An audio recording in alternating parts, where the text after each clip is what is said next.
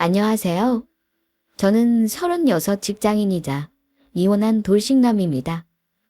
가끔 남자분들의 이혼 사연이 올라오는 거 들으면서 공감하곤 했는데 저 역시 막장 드라마 주인공처럼 헤어진 사람이라 언젠가는 내 얘기를 한번 털어놓고 싶었습니다. 왜냐면 용기 내서 보낸 다른 분들 사연에 제가 큰 위안을 받았기 때문입니다.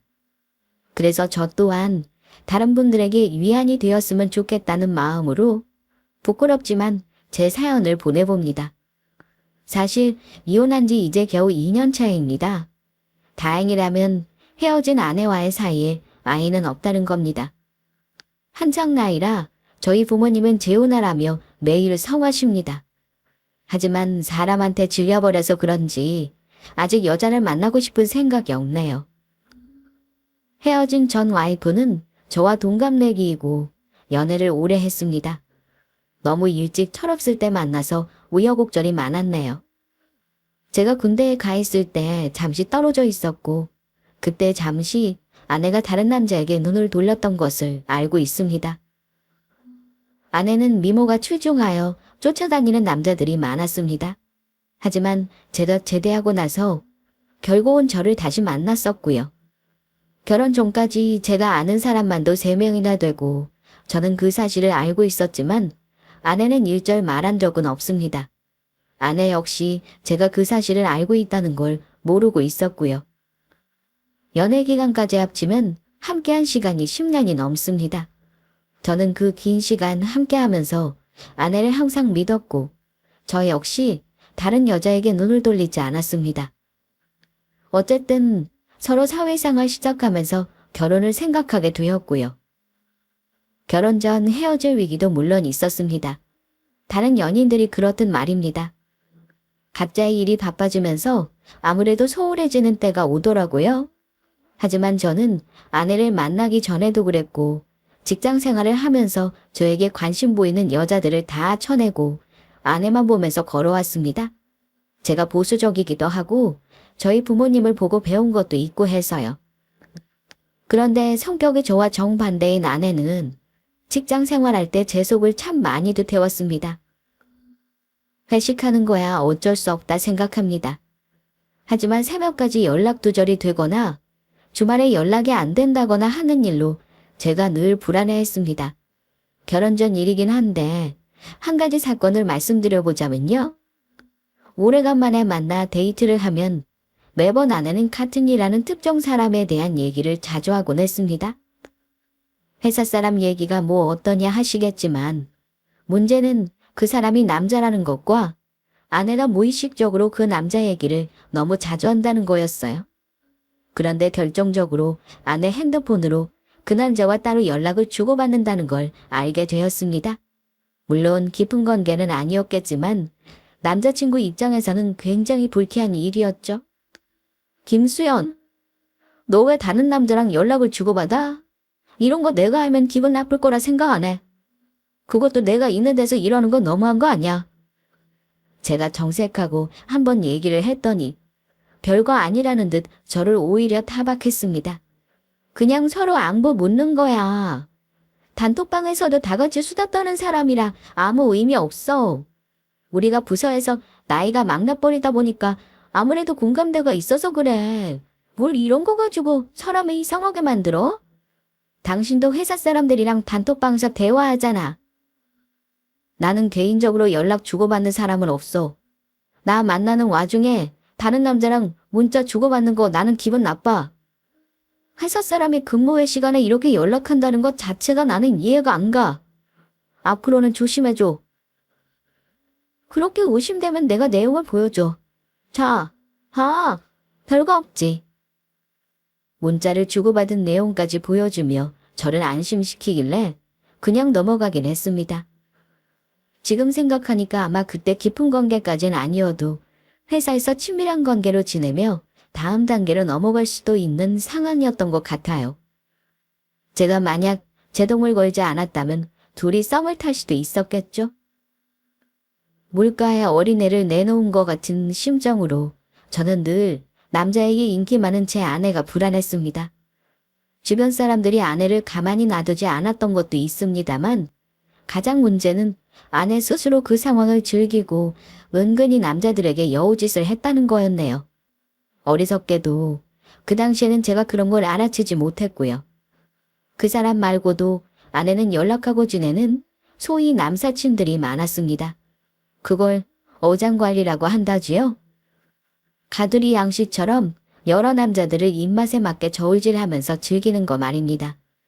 제가 싫어하는 티를 내면 아내는 저더러 속이 좁다는 말로 문제의 본질을 흐렸습니다. 물론 그 남자들과 전부 바람을 피운 게 아니라는 건 압니다.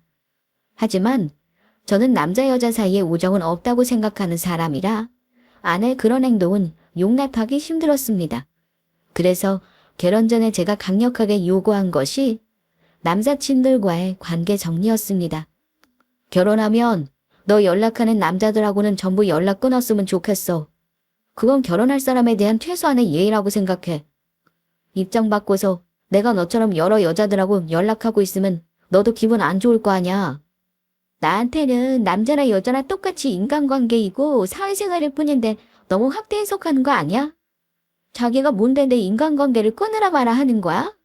나는 당신이 다른 여자들이랑 연락해도 아무렇지 않아. 너 연락만 하는 게 아니라 돌아가면서 만나고 술도 마시고 늦게 들어가잖아. 너는 모르겠지만 남자는 관심 없는 여자들 절대로 따로 만나거나 늦게까지 술 마시지 않아. 나는 그게 싫어.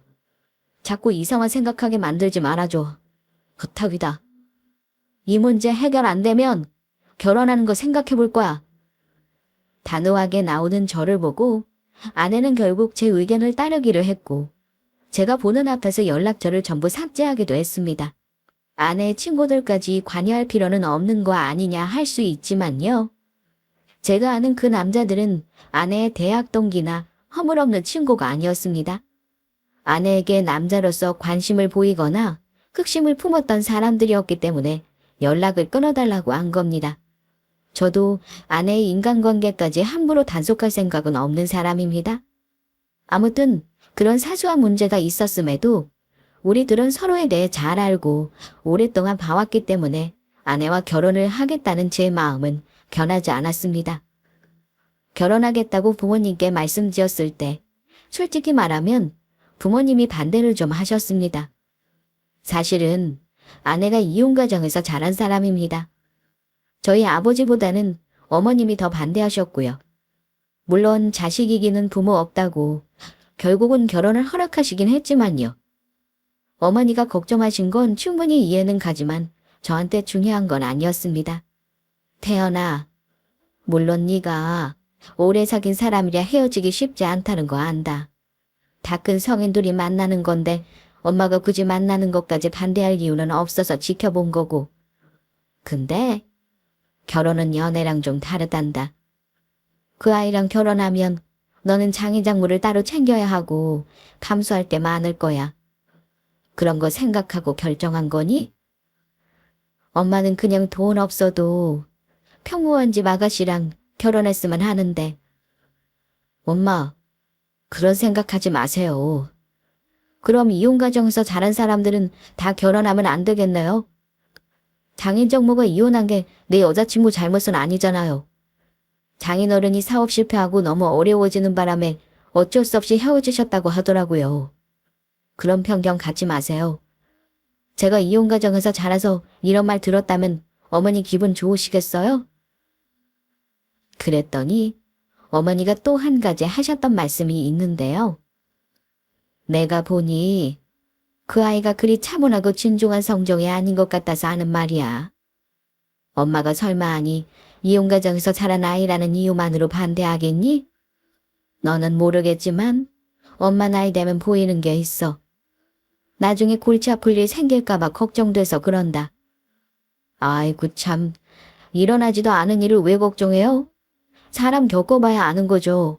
엄마 혹시 사주나 점 같은 거 쓸데없이 보고 와서 이런 말 하시는 건 아니죠? 얘는 그런 거 아니야. 아무튼 엄마도 더 이상 얘기는 안 할게. 내 인생인데 어쩌겠니? 내 말대로 잘 사길 바래야지 뭐. 어머니는 결혼 전 아내를 만나보고 나서도 영 마음에 들어하지 않으셨습니다. 그래도 제 고집을 꺾지 못하셨고 우리는 결혼을 했습니다. 신혼집은 저희 부모님이 마련해 주셨고요. 제가 알뜰하게 돈도 모아놔서 경제적으로 크게 어려움은 없었습니다. 확실히 신혼집에 대출이 없이 시작하니 돈도 금방 모였고요. 신혼이면 한창 좋을 때라는데 저희는 만난 기간이 하도 길어 그런가 설레는 건 없었습니다. 저희가 신혼을 시작한 곳은 신축 아파트였는데 평수가 크지 않아 신혼부부나 아이가 어린 가족이 사는 집이 많았습니다. 우리 집 옆집에 사는 부부와 오다 가다 자주 마주쳤던지라 인사를 투고 지냈는데요. 그 부부도 우리와 비슷한 또래 결혼한 지 얼마 안 된 신혼부부더군요. 제 성격상 인사는 하고 지내도 집을 오가거나 같이 가까워지는 건 시간이 좀 걸립니다. 그런데 아내는 그 집 와이프와 이미 친해져서 같이 식사도 하고 커피도 마시고 나름 재미나게 지내더군요. 그래도 결혼하고 나서는 아내가 온전히 내 그늘 아래 있다는 안정감은 있었어요. 하지만 그런 마음도 얼마 가지 못했습니다. 결혼하고 얼마 되지도 않아 아내를 의심할 만한 일이 자꾸 생기더군요. 여자들 촉이 무섭다고 하잖아요. 그런데 남자도 만만치 않습니다. 정말 본능적으로 알아채게 되는 거라 남자 여자 상관없습니다. 아내는 결혼 직후 이직을 하기 위해 잠시 회사를 쉬기로 했었는데요. 집에만 있으니까 아마 몸이 근질근질하고 심심했던 것 같습니다. 집에만 있기 힘들다면서 무슨 댄스를 배우겠다고 하더라고요. 나 옆집 희영 씨랑 같이 댄스 학원 다니기로 했는데 괜찮지? 집에서 사니만 하니까 살만 찌는 것 같고 마침 둘이 다 회사도 안 다니고 해서 같이 운동 다니려고 해. 운동 같이 하는 건 좋지. 대신 너무 늦게 다니지만 마. 집에만 있다가 활동할 일이 생기니까 아내도 활력이 있어 보였고 춤 배운 걸 제 앞에서 보여주기도 했어서 전혀 다른 의심은 하지 않았습니다. 그런데 운동을 하고서는 밖에 있는 시간이 점점 늦어지더군요. 처음에는 같이 배우는 사람들과 맥주 한잔 하겠다며 몇 번 늦게 오더니 나중에는 새벽에 기거하는 일도 있었습니다. 일주일에 2번씩 가던 운동도 언제부턴가는 매일 해야 한다며 나갔고 제가 퇴근하고 돌아오면 아내가 집에 없을 때가 많았습니다. 그때만 해도 아내에 대해 별 생각 없었습니다. 아내가 늦는 날은 저 혼자 저녁을 먹고 컴퓨터로 웹서핑을 하며 시간을 보내곤 했는데요. 그날도 늦게 온다는 아내 때문에 혼자 라면 하나를 먹고 컴퓨터를 하고 있었습니다. 그런데 아내와 같이 쓰는 컴퓨터여서 그런 건지 제가 차마 못 볼 꼴을 봤습니다. 웬 채팅 어플 같은 게 깔려있길래 무심코 클릭했더니 자동 로그인이 되더라고요. 저는 생전 처음 본 채팅 어플로 아내는 여러 남자들과 시덥잖은 대화를 자주 했다는 걸 그때 알았습니다. 심지어 사진도 주고받은 걸 봤습니다. 순간 너무 화가 났지만 일단 선을 넘었다는 증거는 없었기에 대화 내용만 캡처해 저장해 뒀습니다. 아내는 왜 그렇게 남자를 좋아하는 걸까요? 제 앞에서는 조신한 유부녀인 듯 행세하면서 뒤에서는 이중적인 모습을 보이는 아내에게 질릴 지경이었습니다. 결혼해서까지 왜 남자 문제로 속을 썩여야 하나 싶고 자괴감마저 들었습니다. 이렇게까지 하면서 이 여자와 살아야 하는 생각도 했고요. 아내에게 모른 척하고 저 혼자 살고 있으면서 무척 괴로웠습니다. 더 상태가 심각해지기 전에 방법을 찾아야겠다 고민을 하고 있었어요. 그러다 한 번은 아내가 모임이 있다고 늦게 온다고 하더라고요. 저는 며칠 전 그 일이 생각나 신경이 쓰인 나머지 너무 늦지만 말라 얘기했고요. 그리고 밖에서 담배를 한 대 피우려고 엘리베이터를 기다리는데 옆집 문이 열리더니 그 집 와이프가 나오는 겁니다. 저는 인사를 하면서 물었습니다. 요즘 우리 집사람이랑 같이 운동 다니는 거 아니셨어요? 오늘 모임 있다고 늦는다던데 집에 오셨나 보네요? 그랬더니 놀란 표정으로 저한테 이렇게 말하더라고요.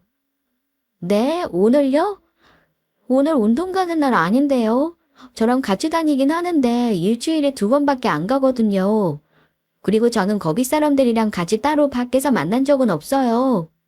시연 씨랑도 운동하면 바로 헤어져서 따로 집에 왔는걸요? 매번 약속 있다고 다른 데로 가시던데요? 그 말을 듣는데 기분이 왠지 싸했습니다. 물론 별거 아닐 수도 있었겠죠. 하지만 아내는 남자 문제를 제 속을 썩인 전적이 있는 사람이라 이상한 의심부터 먼저 들었던 게 사실입니다. 나한테는 옆집 여자랑 운동 다닌다고 해놓고 매일 그럼 어딜 갔나 싶었고 온갖 이상한 상상이 떠올랐습니다. 그 얘기 듣자마자 아내에게 계속 전화를 했습니다. 그런데 아내는 제 전화를 받지 않더군요. 10번이 넘게 전화를 했고 어디냐는 문자를 해도 말입니다.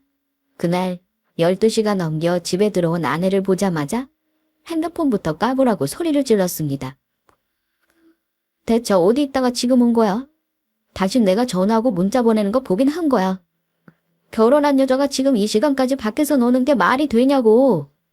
당신이랑 같이 논 사람들은 집에서 아무 말 안 한대. 당신 핸드폰 내놔봐. 아까 옆집 여자가 그러던데 당신이랑 일주일에 2번만 운동한다며? 나한테는 매일 간다고 했잖아. 왜 거짓말한 거야? 화가 나서 다그치자 아내는 당황하지도 않고 저한테 핸드폰을 건네더군요.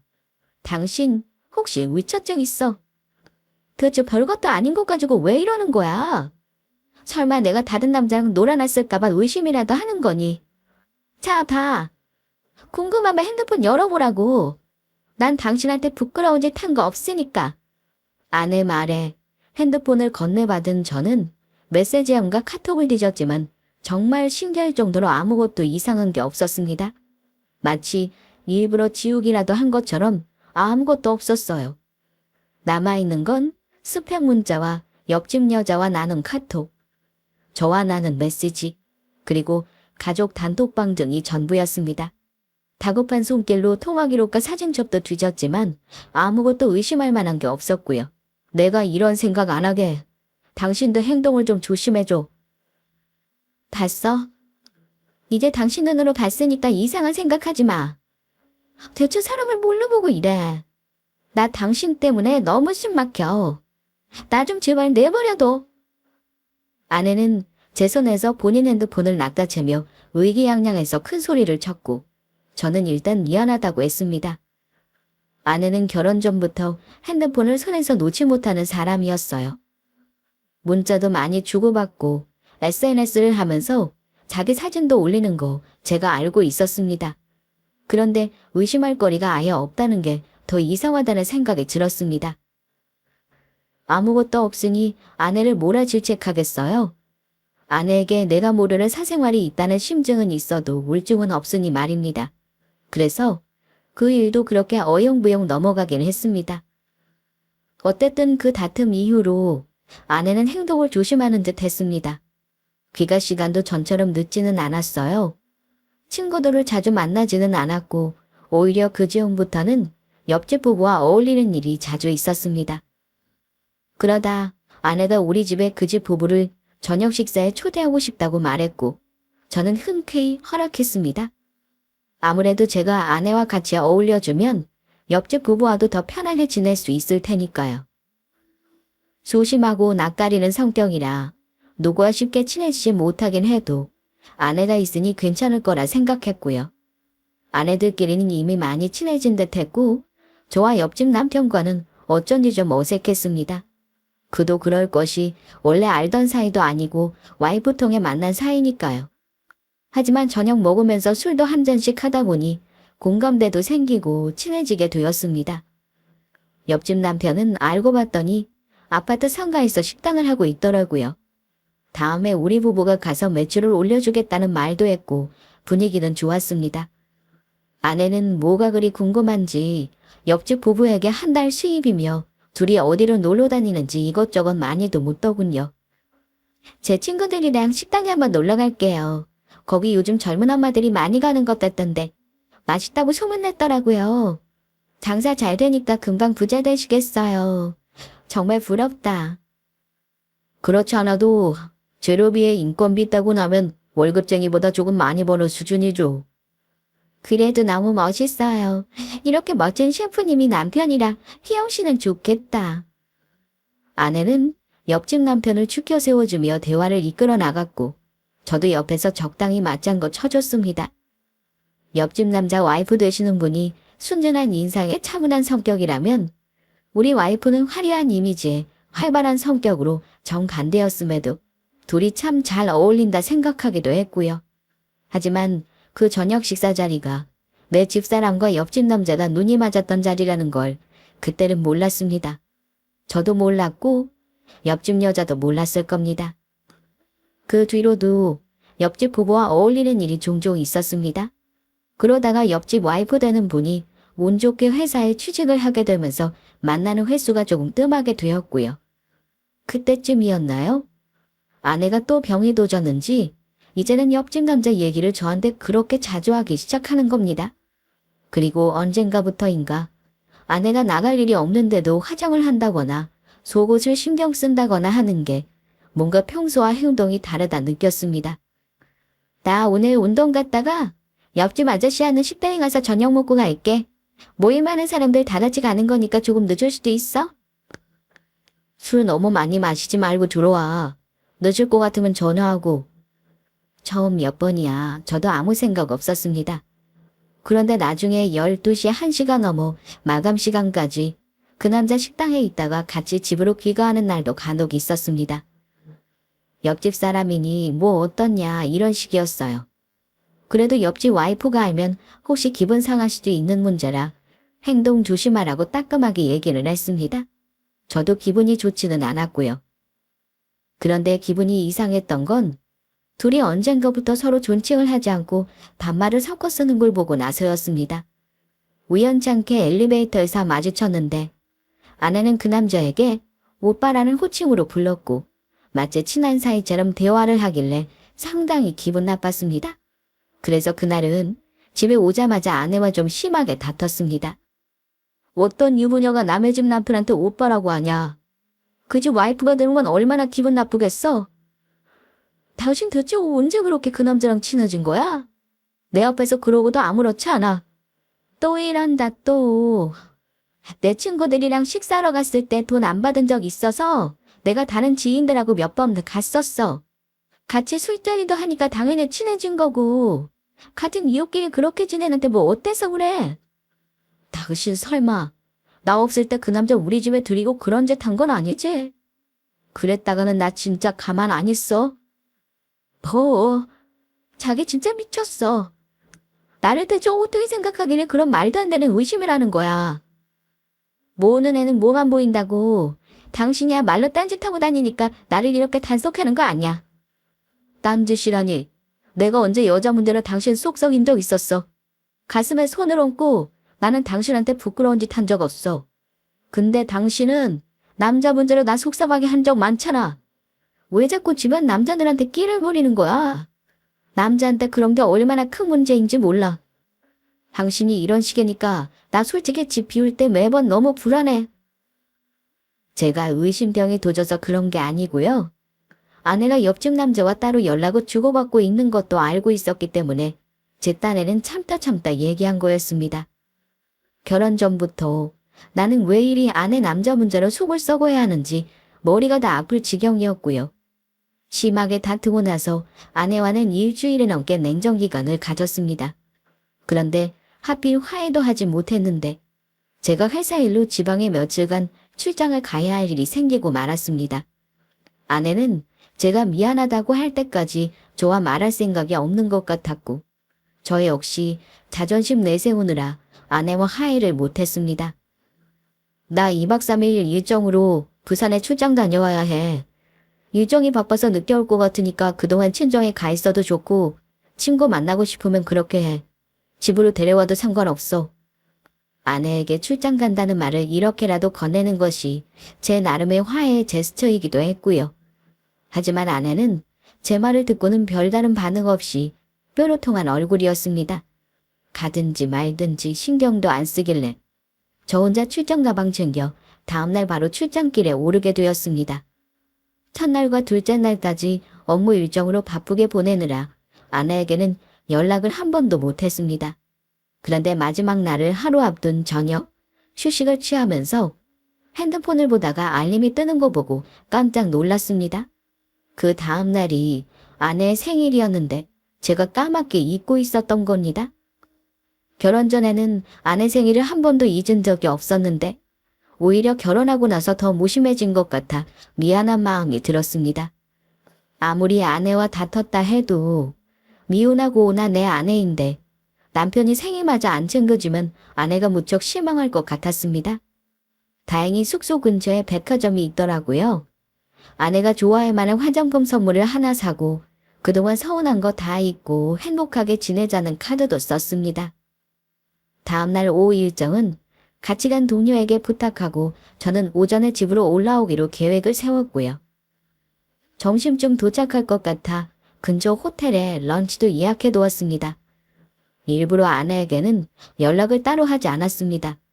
서프라이즈처럼 깜짝 놀라게 해주고 싶어서요. 다음날 일찌감치 서울로 올라와 부랴부랴 집으로 향했습니다. 점심 예약해둔 시간이 좀 빠듯할 것 같아 마음이 급한 나머지 아내에게도 전화도 하지 않았고요. 들뜬 마음으로 엘리베이터에서 내려 현관 비밀번호를 노리려고 하는데 순간 안에서 아내의 웃음소리가 크게 들렸습니다. 두런두런 하는 대화도 들렸는데 중저음의 남자 목소리가 들렸고요. 순간 머릿속이 하얘지면서 저는 현관에 귀를 대고 대화를 들어보려 했습니다. 대화 내용이 잘 들리지는 않았지만 분명 아내 말고 다른 이가 집에 있는 게 확실했습니다. 가슴이 요동치더군요. 내 본능은 당장 문을 열고 상황을 확인하고 싶었지만 이성은 내 본능을 붙들었습니다. 사실을 확인하는 게 두렵다는 생각이 들었습니다. 하지만 모른 척 내 집에서 발길을 다른 곳으로 돌릴 수는 없는 노릇이었습니다. 그래서 저는 비번을 눌러 문을 열었습니다. 제가 천천히 비밀번호를 누르는 순간 소리를 들은 건지 안에서 뭔가 후다닥 하는 인기척이 느껴졌고 저는 서둘러 집 안으로 들어갔습니다. 먼저 제 눈에 들어온 건 현관문에 벗어놓은 남자 슬리퍼였네요. 제 것은 분명 아니었습니다. 그리고 거실에는 제가 아는 사람 2명이 몹시 놀란 얼굴을 한 채 저를 바라보고 있는 겁니다. 바로 아내와 옆집 남자였습니다. 더 어이없는 건 뭔 줄 아세요? 테이블 위에 케이크가 올려져 있고 대낮부터 맥주까지 마신 것 같더군요. 그 광경을 보자마자 기가 거꾸로 솟더군요. 이성적인 판단을 할 수 있는 상태가 아니었던 저는 그 2사람을 패버리고 싶은 심정이었습니다. 아마 총이 있었다면 쐈을지도 모르죠. 당신 연락도 없이 왜 이리 빨리 온 거야? 오늘 저녁에 돌아오는 일정 아니었어? 여보, 이 남자 누군지 알지? 옆집 오빠잖아. 오해하지 말고 내 말 좀 먼저 들어봐. 뭐? 옆집 오빠? 지랄하고 있네. 대체 이게 무슨 짓들이야? 당신 대체 뭐요? 대체 우리 집에 이 시간에 왜 둘이 있는 거지?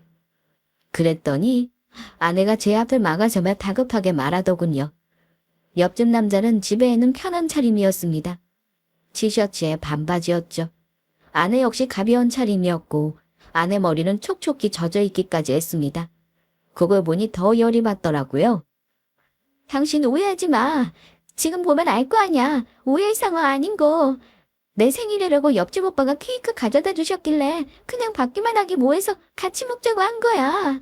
당신도 이상한 생각하지 마. 그랬더니 옆에 있던 남자도 다급하게 변명을 하는 겁니다. 네, 맞아요. 절대 오해하지 마세요. 카톡에 수연 씨 생일이라고 뜨길래 제가 챙겨드린 거예요. 남편이랑 싸워서 쓸쓸하다고 하시던데.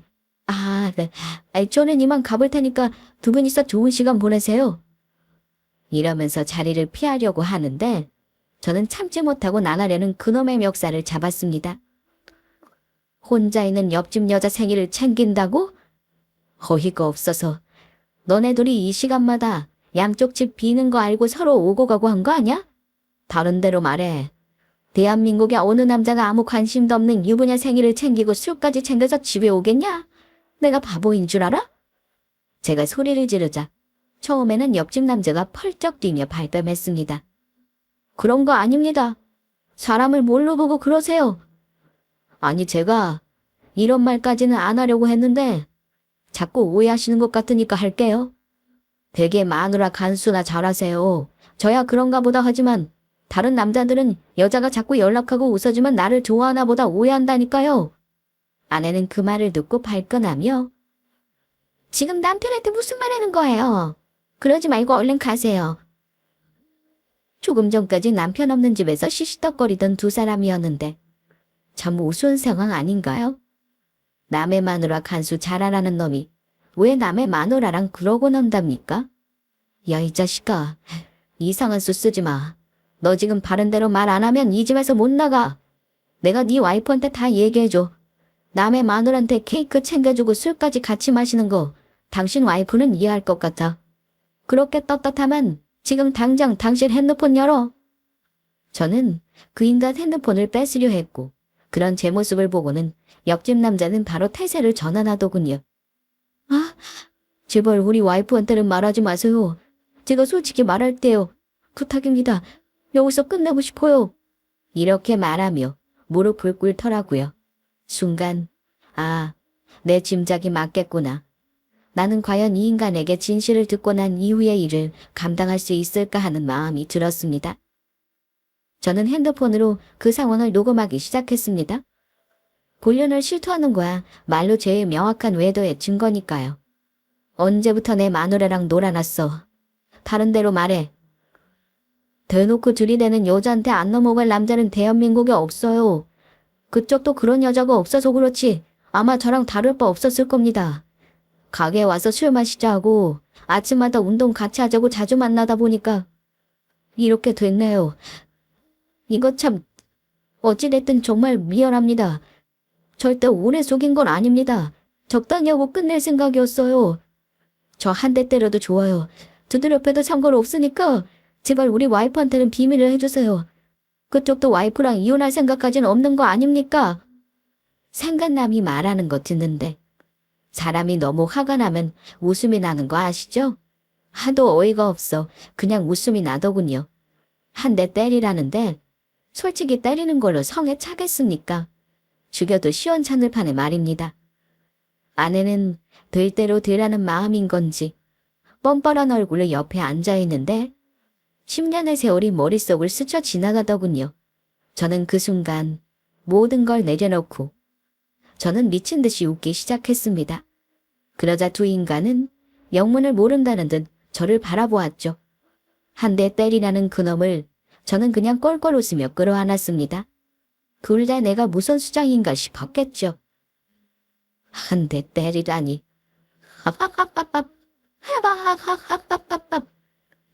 내가 너같이 고마운 인간을 왜 때리겠냐? 우리 집 쓰레기를 좋다고 가져가는데. 고맙다. 내가 쓰다 버린 거 잘 가져가서 써봐. 버리든지 말든지 너 마음대로 해. 입에서는 웃음이 나오는데 눈에서는 눈물이 나는 그 아이러니한 상황을 이해하시려나 모르겠네요. 상간남은 예상치 못한 제 반응에 어쩔 줄을 모르면서 한 가지 걱정만 하더군요. 그럼 형님, 우리 집사람한테는 말 안 하는 거죠? 어쨌든 죄송합니다. 저기, 이러지 마시고 두 분이서 잘 해결하세요. 안고 있는 내 팔을 뿌리치더니 그 인간은 눈치를 보며 집을 나갔고 저는 말없이 한동안 서 있었습니다. 아내가 그러더군요. 어쩔 거야? 당신 설마 나랑 이혼하려는 건 아니지? 저놈 입으로 당신이랑 놀아난 거 다 들었는데 내가 병신이냐? 조용히 짐 싸서 내 집에서 나가. 뭐? 내가 가기는 어딜 가? 당신 정말 이럴 거야? 저 사람은 당신이 와이프한테 이럴까봐 그냥 거짓말한 거야. 나한테 다 뒤집어 씌우는 거 봤잖아. 당신 그 말을 믿어. 손뼉도 마주쳐야 소리나는 법이야. 둘이 아무 사이도 아닌데 한 집에서 케이크에 촛불까지 켜고 파티를 하니? 다보치고 그만해. 너한테 정말 질린다. 너 스쳐간 남자만 몇 명인 줄 알아? 다 알면서 너한테 말 안 한 것도 많아. 내가 바보라고 생각하지 마. 확실한 증거도 없이 사람을 불른 여로 몰아. 소송해도 증거 불충분이야. 당신, 이 남자 저 남자랑 채팅하고 사진 주고받는 거 내가 모를 줄 아냐? 딱 이틀 줄게. 내 집에서 짐 다 빼서 나가. 네 엄마한테 내 입으로 다 말해줘? 아내는 분해하면서 그 상황을 옆집 남자 탓을 하더군요. 미친놈이 자기 혼자 죽기 싫으니까 나까지 끌고 들어가네. 혼자 살겠다 이거지. 나도 가만 안 있어. 너는 친하게 지내는 그놈 와이프 얼굴 보기 안 부끄럽냐? 네가 인간이야? 사람이 돌이라는 게 있는 거야. 제발 부끄러운 줄 알아라. 나한테 위자료 줄 돈은 있니? 잘 준비해놔라. 너랑 협의 이혼할 생각 없으니까. 이혼 소송 하겠다는 제 말에 아내는 온갖 성질을 부리더니 차라리 도장 찍고 조용히 갈라서자고 하더군요.